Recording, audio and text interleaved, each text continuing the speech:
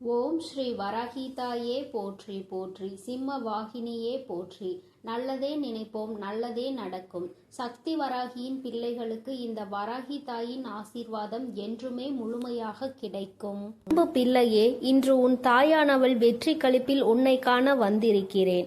உன்னை அழிக்க வேண்டும் என்று 3 பேர் செய்த சூழ்ச்சியினை உன் தாயானவள் நான் முறியடித்து விட்டேன். அப்படி உனக்கு யார் கெடுதல் செய்ய நினைக்கிறார்கள் என சொல்கிறேன், கவனமாக கேள் என் தங்கமே.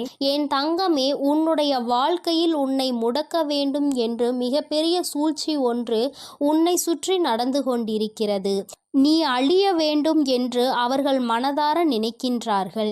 என் தங்கமே, அவர்கள் யார் என்றும் எதற்காக இப்படி செய்கிறார்கள் என்றும் அம்மா உனக்கு தெளிவாக சொல்கிறேன். என் குழந்தையே, அம்மா சொல்கின்ற வாக்கினை கேட்ட பிறகாவது நீ இதிலிருந்து தப்பித்து கொள்ள வேண்டும் என்றுதான் அம்மா உன்னிடத்தில் சொல்கிறேன். என் குழந்தையே, எதுவாக இருந்தாலும் அதற்கு முன்பாக நீ உன் அம்மா என் வாக்கினை கேட்டு முடிக்கும் முன்பே பயந்து தாயான உன் வாழ்க்கையில் எந்த பங்கினை வகிக்கிறாள் என்பதையும் நீ புரிந்து கொள்ள வேண்டும் அல்லவா? சூழ்ச்சி வலைகளை எளிதாக அவர்கள் பின்னிவிடலாம். ஆனால் உன்னை நெருங்குவது என்பது நிச்சயமாக முடியாத காரியம் அல்லவா?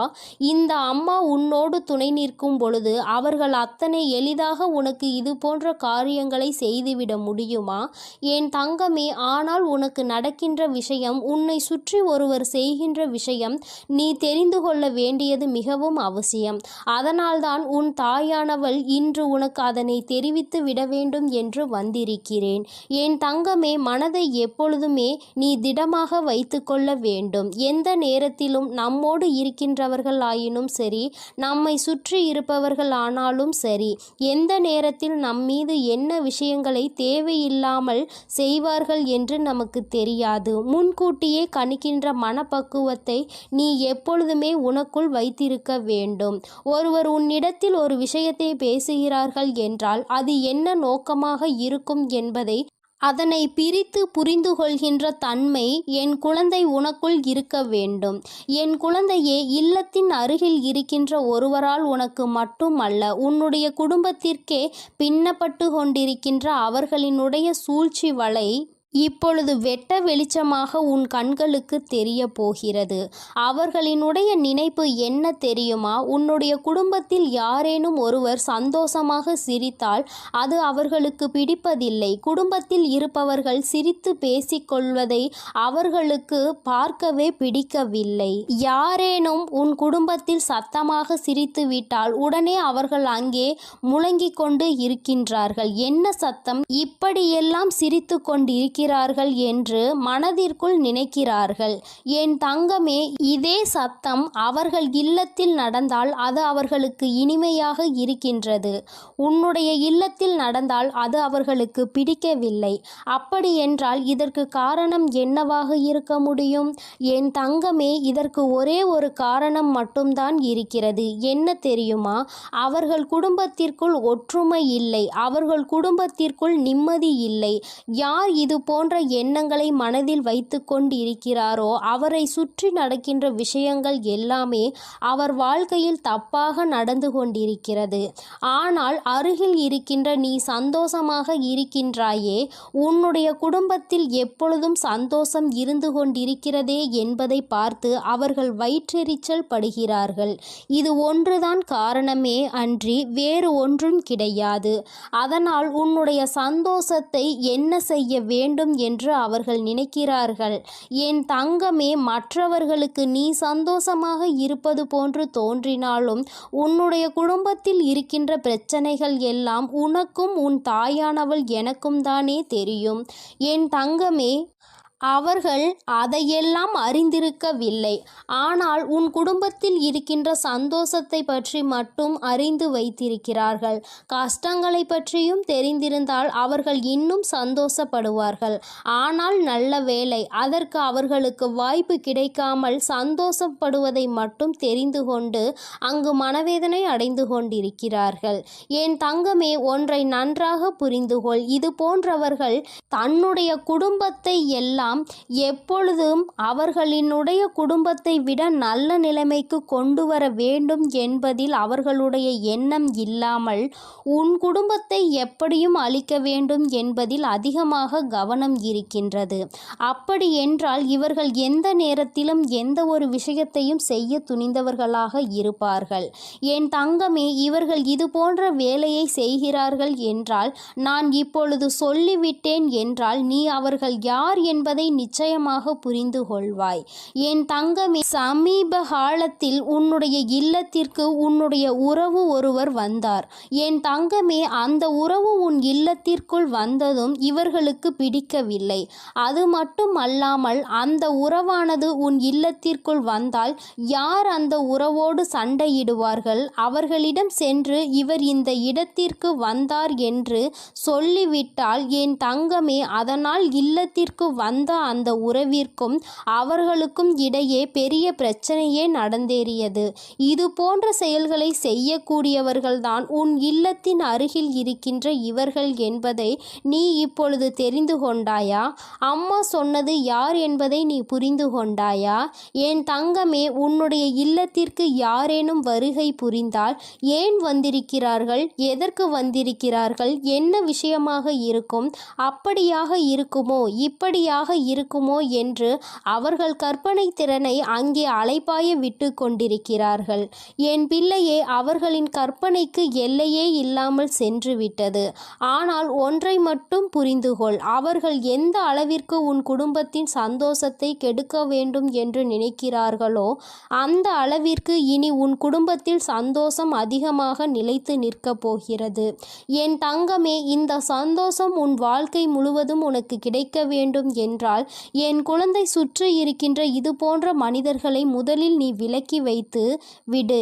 ஏன் என்றால் அவர்கள் உனக்கு இது போன்ற செயல்களை செய்ய வேண்டும் என்று நினைத்துவிட்டு அதை ஒருபோதும் உன்னிடத்தில் காண்பித்து கொள்வது இல்லை. என்னமோ உன்னிடத்தில் அருகில் உள்ளவர்கள்தான் உனக்கு எல்லா நேரத்திலும் உதவி செய்வது போல நடந்து கொள்வார்கள். உன்னிடத்தில் எப்பொழுதுமே அவர்கள் அப்படித்தான் நடந்து கொண்டிருக்கிறார்கள் என்பதை நீ புரிந்து கொள்ள வேண்டும். என் தங்கமே, இங்கே சில மனிதர்கள் தன்னிடம் உள்ள நடிப்பினை கண்டுபிடிக்காத அளவிற்கு தத்ரூபமாக அல்லவா நடித்துவிட்டு செல்கின்றார்கள். என் குழந்தையே, நீ வெள்ளந்தி மனதை கொண்டு இவர்கள் நடிப்பை எல்லாம் உண்மை என்று நம்பி விடுகின்றாய். என் தங்கமே, இந்த நம்பிக்கை தான் உன்னுடைய வாழ்க்கையில் இவர்கள் சில நேரங்களில் செய்கின்ற விஷயங்கள் நீ பின்னாளில் கஷ்டத்தை அனுபவிக்கும் விதமாக ஏற்பட்டு விடுகிறது. யாரையும் நம்பக்கூடாது என்று அம்மா சொன்னதற்கு இது ஒரு காரணம் என்பதை நீ புரிந்து கொள்ள வேண்டும். உன் தாயானவள் உன் வாழ்க்கையில் வந்துவிட்ட பிறகு இதையெல்லாம் நீ சகஜமாக எடுத்துக்கொள்ள கூடாது. இது போன்று நடிக்கின்ற மனிதர்கள் எல்லாம் வாழ்க்கையில் ஒருபோதும் சேர்த்து கொள்ள கூடாது. இவர்களுக்கெல்லாம் எந்த பாவ புண்ணியங்களையும் பார்க்க கூடாது. எந்த விஷயத்திற்காகவும் இவர்களுக்கு உன்னுடைய வாழ்க்கையில் இடம் கொடுக்க வேண்டிய அவசியம் இல்லை. ஒரு நாள் அவர்கள் உன் வாழ்க்கையை கெடுக்க வேண்டும் என்றுதான் நினைப்பார்களே தவிர நல்லபடியாக திருந்தி வாழ வேண்டும் என்று ஒருபோதும் நினைப்பது கிடையாது. என் தங்கமே, உன் மனதில் இருக்கின்ற எண்ணங்கள், உன் மனதில் இருக்கின்ற நல்ல எண்ணங்கள் எல்லாம் அவர்களுக்கு ஒருபோதும் புரிய போவது இல்லை. ஆபத்து என்ற ஒன்று வந்தவுடன் அவர்களுக்கு நீ ஓடி ஓடி உதவி செய்து இருக்கிறாய். அக்கம் பக்கத்தில் இருப்பவர்கள்தான் நமக்கு உதவியினை ஓடோடி செய்வார்கள் என்ற எண்ணம் கூட சிறு துளி இல்லாமல் அவர்கள் உனக்கு தீவினைகளை மட்டுமே செய்ய நினைக்கின்றார்கள். இந்த மனிதர்களை உன் வாழ்க்கையில் இருந்து நீ விலக்கி வைக்கின்றாயோ இல்லையோ, உன் அம்மா நான் நிச்சயமாக விலக்கி வைத்து விடுவேன். என் குழந்தையே, இவர்களை கண்டு நீ பயப்பட தேவையில்லை. ஆனால் இவர்களை கண்டு நீ ஒதுங்கி நிற்க வேண்டிய அவசியம் நிச்சயமாக இருக்கிறது. தன்னுடைய வேலையை விடுத்து உன்னுடைய வேலையில் அதிக கவனம் செலுத்துகின்றார்கள். நிச்சயமாக வாழ்க்கைக்கு எந்த வகையிலும் உதவ மாட்டார்கள் இவர்கள் என்பதை நீ புரிந்து கொள்ள வேண்டும். உன்னிடத்தில் இருந்தே மிகப்பெரிய உதவியை பெற்றுவிட்டு உனக்கே துரோகத்தை செய்கின்ற மனதை கொண்டவர்கள். நிச்சயமாக இனி உன் வாழ்க்கைக்கு எந்த ஒரு உதவிக்கும் இவர்கள் தேவைப்பட மாட்டார்கள் என்பதை நீ புரிந்து கொள்ள வேண்டும். சூழ்ச்சியில் இருந்து சிக்காமல் உன் வாழ்க்கையை கெடுக்க நினைப்பவர்களை இவர்கள் அவர்களை ஒரு நாளும் உன் அருகில் வைக்காமல் நீ நிச்சயமாக நல்லபடியாக விலகி வந்துவிட வேண்டும் என்றுதான் அம்மா உனக்கு இன்று எச்சரிக்கை செய்வதற்காக ஓடோடி வந்தேன். என் பிள்ளையின் வாழ்க்கையில் நான் நல்லதை நடத்தி தர காத்து கொண்டிருக்கும் பொழுது இது போன்ற மனிதர்கள் இது போன்ற செயல்களை செய்யும் பொழுது அது எனக்கு மேலும் மன வருத்தத்தை கொடுக்கின்றது. என்ன மனிதர்கள் என்று நினைக்கின்ற அளவிற்கு அல்லவா நடந்து கொள்கின்றார்கள். என் தங்கமே, இதை நினைத்து நீ கவலைப்பட வேண்டாம். இதிலிருந்து நீ வெளிவந்து விட வேண்டும் என்றுதான் அம்மா உன்னிடத்தில் சொல்கின்றேன். என் அன்பு குழந்தைக்கு இந்த தாயானவளினுடைய ஆசீர்வாதங்கள் எப்பொழுதுமே முழுமையாக இருக்கும். என் தங்கமே, அதனால் நீ எதற்காகவும் கலங்காதே, எதை நினைத்தும் வருந்தாதே. நீ நல்லதையே நினைத்தால் உன் வாழ்வில் எப்பொழுதும் உனக்கு நல்லது மட்டுமே நடக்கும் என்பதை நீ புரிந்து நடந்து கொள். என் தங்க பிள்ளைக்கு இந்த தாயானவள் எப்பொழுதும் துணையாக இருந்து நல்லதை மட்டுமே நடத்தி கொடுப்பேன். என் செல்ல குழந்தையே, நாளை ஒரு மிகப்பெரிய ஆபத்து ஒன்று உன்னை நெருங்கி வந்து கொண்டிருக்கின்றது. என் தங்கமே, அதை உனக்கு இன்றே உணர்த்துவதற்காக தான் அம்மா வந்திருக்கின்றேன். என் தங்கமே, நீ நினைக்கலாம் அம்மா நல்ல செய்தி கொண்டு வருவாள் என்று நினைத்தால் நமக்கு பயம்புறுத்துகின்ற செய்தியினை அல்லவா கொண்டு வந்திருக்கிறாள் என்று. என் தங்கமே, இது பயம்புறுத்துகின்ற செய்திகள் அல்ல. என் குழந்தையே, நீ விழிப்போடு இருப்பதற்காக அம்மா கொண்டு வந்திருக்கின்ற செய்தி. என் பிள்ளையே, ஆபத்தில் நீ மாட்டிக்கொண்டு விடக்கூடாது என்று உன் தாயானவள் உன் மீது கொண்ட அக்கறையால் கொண்டு வந்த செய்தி. என் பிள்ளையே, மனதிற்குள் பல கனவுகளோடு வாழ்ந்து கொண்டிருக்கின்றாய். உன்னுடைய கனவுகளை சிதைக்கும் விதமாக சில விஷயங்கள் நடக்கப் போகின்றது என்றால் அதை முன்கூட்டியே நான் உனக்கு தெரிவிக்க வேண்டும் அல்லவா? சில சம்பவங்கள் உன் வாழ்க்கையில் நடந்தேறினால் உன்னுடைய வாழ்க்கையே அங்கே தலைகீழாக மாறிவிடும். என் குழந்தையின் வாழ்க்கையை கெடுக்க நினைப்பவர்கள் மிகப்பெரிய சூழ்ச்சியினை செய்ய துணிந்து நிற்கின்றார்கள். அதை முன்கூட்டியே உனக்கு உணர்த்திவிட்டால் என் குழந்தை நீ தப்பித்து கொள்வாய் அல்லவா? என் குழந்தையே, உன் வாழ்க்கையில் நீ நினைத்த வாழ்க்கையை நிச்சயமாக உனக்கு கிடைக்க வேண்டிய நேரம் நெருங்கி வந்து விட்டது. இந்த நேரத்தில் உன்னை அழிக்கவும் உன்னுடைய வாழ்க்கையை கெடுக்கவும் சிலர் சூழ்ச்சிகளை செய்து கொண்டிருக்கும் பொழுது அதை உன் அம்மாவால் பார்த்து கொண்டு இருக்க முடியாது.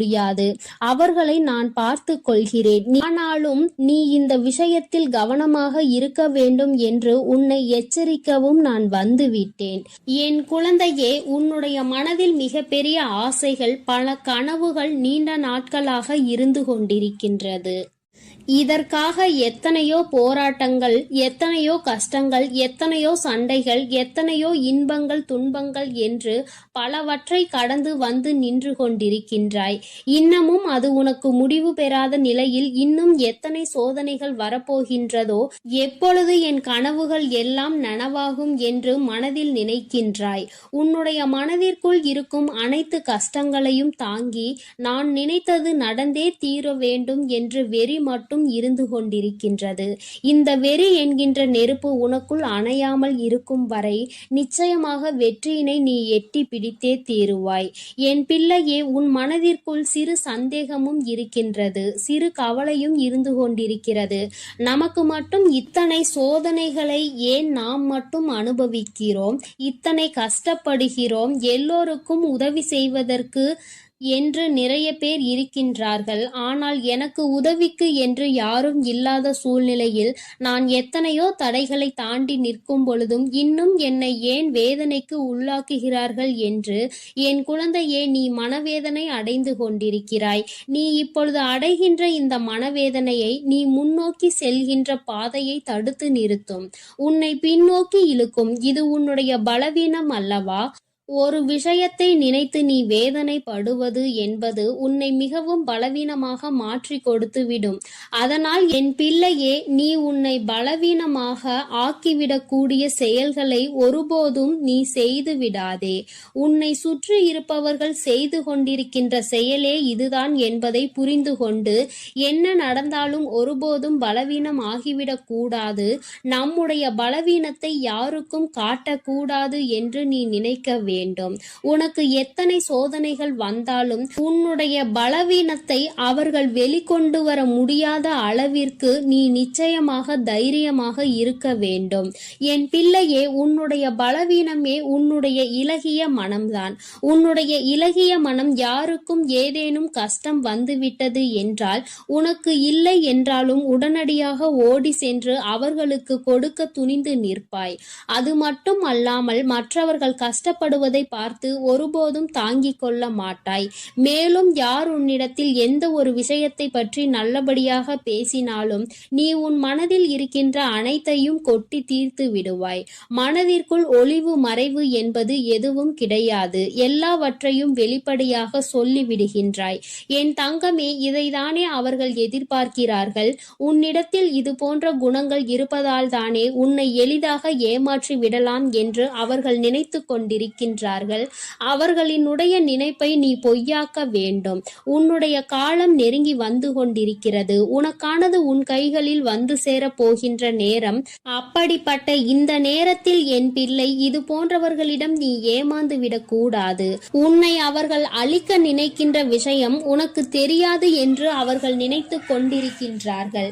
என் பிள்ளையே, உனக்கு அது நன்றாக தெரியும். எல்லாம் தெரிந்தும் தான் நீ இந்த போராட்ட களத்தில் தைரியமாக நின்று கொண்டிருக்கின்றாய். எத்தனை பேர் வந்தாலும் நாம் நினைத்ததை சாதித்து விடலாம் என்று என் பிள்ளை வெறி கொண்டு நிற்கும் பொழுது, இது போன்றவர்கள் செய்கின்ற சூழ்ச்சிகள் எல்லாம் உன்னை எதுவும் செய்துவிட முடியாது. ஆனால் ஒன்று மட்டும் உனக்கு எப்பொழுதும் நினைவில் இருக்க வேண்டும். எந்த ஒரு சூழ்ச்சியால் உன்னை வீழ்த்த வேண்டும் என்று நினைக்கின்றார்களோ அந்த விஷயத்தில் மட்டும் நீ மாட்டிக்கொள்ள கூடாது. ஒன்று உன்னுடைய பலவீனம், இரண்டு உன்னுடைய முன்கோபம். என் தங்கமே, சில விஷயங்கள் உனக்கு மனதிற்குள் சரியாக இல்லை என்று தோன்றி விட்டது என்றால் உடனே உன்னுடைய முன்கோபம் முன்னால் வந்து நின்று விடுகின்றது.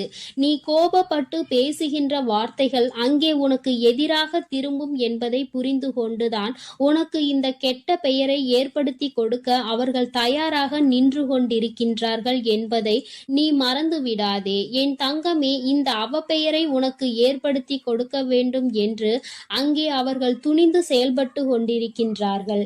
பல சூழ்ச்சிகள் அங்கே பலரோடு சேர்ந்து நடந்து கொண்டிருக்கிறது. நிறைய பேர் இருக்கின்ற சபையில் உன்னை அவமானப்படுத்திவிட வேண்டும், உன்னை கோபப்படுத்தி உன் வாயிலிருந்து வார்த்தைகளை பிடுங்கிவிட வேண்டும் என்று அவர்கள் அங்கே கங்கணம் கட்டி கொண்டு நிற்கின்றார்கள். என் குழந்தையே, வாழ்க்கையில் என்ன நடந்தாலும் சரி, ஒன்றில் மட்டும் நீ தெளிவாக இரு. யார் உன்னிடத்தில் இருந்து எந்த வார்த்தைகளையும் வாங்கிவிடாதபடி, எந்த இடத்தில் என்ன செய்ய நினைத்தாலும் அதை செய்ய முடியாதபடி நீ எப்பொழுதும் தைரியமாகவும் முன்னெச்சரிக்கையாகவும் இருக்க வேண்டும்.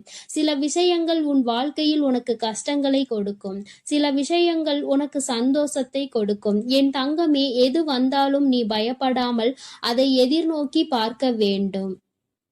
கஷ்டம் வந்துவிட்டது என்று துவண்டு போகாமல், சந்தோஷம் வந்துவிட்டது என்று அதிகபட்ச உச்சத்திற்கு செல்லாமல், இரண்டையும் சமமாக பார்த்தாயானாலே இந்த முன்கோபம் உன்னை விட்டு தானாக சென்றுவிடும்.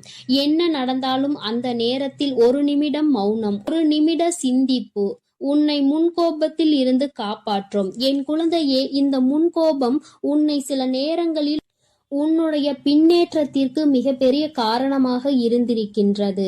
எத்தனையோ முயற்சிகளை எடுத்தும் இந்த முன்கோபத்தினால் நீ பின்னே சென்றிருக்கின்றாய். இனிமேலும் இது போன்ற ஒரு பின்னடைவு உன் வாழ்க்கையில் உனக்கு ஏற்பட்டு விடக்கூடாது அல்லவா? அதனால் என் குழந்தையே, உன் வாழ்க்கையில் செய்ய நினைக்கின்ற விஷயங்களை எல்லாம் மிக தெளிவாகவும் சந்தோஷமாகவும் செய்ய வேண்டும். எந்த விதமான தீய எண்ணங்களும் இல்லாமல் மற்றவர்கள் உனக்கு செய்ய நினைக்கின்ற தீய விஷயங்களுக்கு கூட கோபப்படாமல், செய்கின்றவன் அவனுக்குரிய செய்வினைகளை அவனே அனுபவிப்பான் என்பதை நீ மனதிற்குள் தெளிவாக பதிய வைத்து கொண்டு உன்னுடைய இலக்கை நோக்கி மட்டுமே நீ பயணித்து கொண்டிருக்கும் பொழுது, அமைதியும் நம்பிக்கையும் ஒரு சில நேரங்களில் நீ காக்கின்ற மௌனமும் உனக்கு வெற்றியை தேடி கொடுக்கும் என்பதை என் பிள்ளை நீ மறந்து விடாதே. சுற்றி நடக்கின்ற சூழ்ச்சிகள் உன்னை கவிழ்ப்பதற்காக என்பதை நீ மறந்து விடாதே. நீ கவிழ் மகிழ்ந்துவிட மாட்டாய். நீ என்னுடைய இந்த வராகியினுடைய குழந்தை என்பதை நிரூபித்து காட்ட வேண்டும். தைரியம் என்பது உனக்குள் பிறவியிலேயே இருக்கின்றது. அதனால் உங்களினுடைய இது போன்ற செயல்களுக்கெல்லாம் நான் மயங்க மாட்டேன். என்னுடைய வெற்றியை தழுவும் வரை நான் என்னுடைய இலக்கை அடைகின்ற லட்சிய பாதையில் மட்டும் பயணித்துக் கொண்டிருப்பேன் என்று தைரியத்தோடு என் பிள்ளை நீ பயணித்துக் கொண்டிருந்தால் போதும். இந்த வாழ்க்கை உனக்கு சந்தோஷத்தை எல்லாம் அள்ளி கொடுக்க காத்து கொண்டிருக்கின்றது அல்லவா? அதற்கு இந்த தாயானவள் துணை நிற்கிறேன் என்றால் அதற்கு உன்னுடைய முயற்சி மட்டுமே தேவை என்பதை என் குழந்தை நீ மனதிற்குள் நிலைநிறுத்தி வைத்துக் கொள்ள வேண்டும்.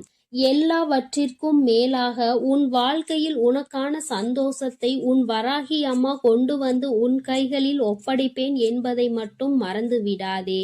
நீ தாண்டிய கஷ்டங்கள், நீ அடைந்த சோதனைகள் எல்லாம் மிகப்பெரிய சந்தோஷத்தை உனக்கு வாழ்க்கை முழுவதும் அனுபவிப்பதற்காக தான் என்பதை புரிந்து கொண்டு இனி வரும் காலங்களை என் பிள்ளை சற்று முன்னெச்சரிக்கையோடு எந்தவித சூழ்நிலையிலும் உன்னுடைய பலவீனத்தை வெளிப்படுத்தாமலும் உன் கோபத்தை உள்ளடக்கியும் வெற்றி பெற்று என் முன்னால் வந்து நிற்க வேண்டிய என் அன்பு குழந்தைக்கு இந்த தாயானவளினுடைய ஆசீர்வாதங்கள் எப்பொழுதும் முழுமையாக கிடைக்கும். என் தங்கமே, அதனால் நீ எதற்காகவும் கலங்காதே, எதை நினைத்தும் வருந்தாதே. நீ நல்லதையே நினைத்தால் உன் வாழ்வில் எப்பொழுதும் உனக்கு நல்லது மட்டுமே நடக்கும்.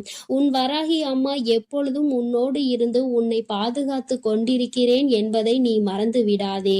என் அன்பு பிள்ளைக்கு இந்த தாயானவள் எப்பொழுதும் உறுதுணையாக இரு. என் அன்பு பிள்ளையே, உன்னோடு பேச உன் தாயானவள் காத்து கொண்டிருக்கின்றேன். என் தங்கமே, அம்மா உனக்கு ஒரு அவசர செய்தியை தான் இப்பொழுது கொண்டு வந்திருக்கின்றேன். என் பிள்ளையே, உன்னுடைய வாழ்க்கையில் உன்னை ஆட்டி படைத்த ஒரு மிகப்பெரிய பிரச்சனைக்கு தீர்வு வந்துவிட்டது. என் குழந்தையே, நான் உனக்கு தருகின்ற இந்த தீர்வினை நீ யாருக்கும் சொல்லாமல் தனிமையில் கேள். ஏனென்றால் தனிமையில் கேட்கும் பொழுதுதான் உனக்கு இதற்கான அர்த்தங்கள் என்னவென்பது புரியும். உன்னால் இதனை அப்பொழுதுதான் உணர்ந்து கொள்ள முடியும் என்பதை நீ புரிந்து கொள்வாய்.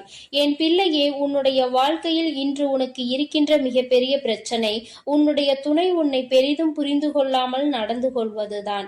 எவ்வளவுதான் உனக்கு பிடிக்காத விஷயமாக இருக்கிறது என்று எடுத்து சொன்னாலும் அந்த நொடி அதை சரி சரி என்று சொல்லிவிட்டு அடுத்தது அதற்கான வாய்ப்புகள் கிடைத்தால் மீண்டும் அதே தவறை தான் அவர்கள் செய்ய துணிகின்றார்கள். இதனால் உன்னுடைய மனது படுகின்ற வேதனை என்னவென்பது உனக்கு மட்டுமே தெரியும். என் பிள்ளை, நீ என்ன நினைக்கிறாய் தெரியுமா?